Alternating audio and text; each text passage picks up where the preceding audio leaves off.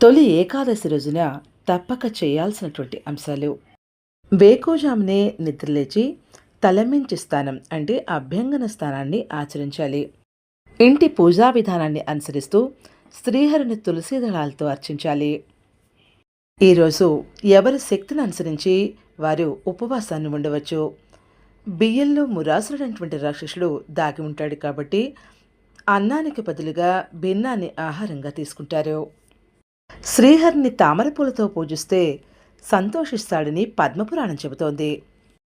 ఈరోజు విష్ణు సహస్రనామ స్తోత్రం, విష్ణు పురాణం వంటి వాటిని తప్పకుండా పఠించాలి.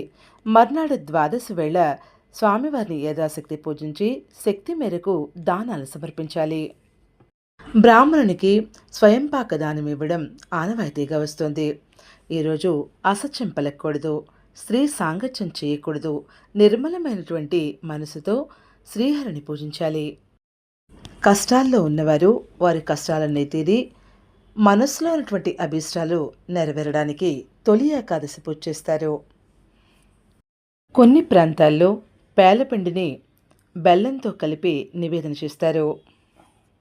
ఏకాదశి వ్రతాన్ని భక్తి ప్రపత్తులతో నిర్వహించిన వారిలో అంబరీష మహారాజు కథ కూడా ప్రసిద్ధమైంది.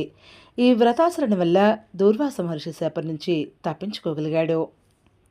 నియమనిష్టలతో వ్రత పరిసమాప్తి చేసి విష్ణు సామ్రాజ్యాన్ని పొందాలి.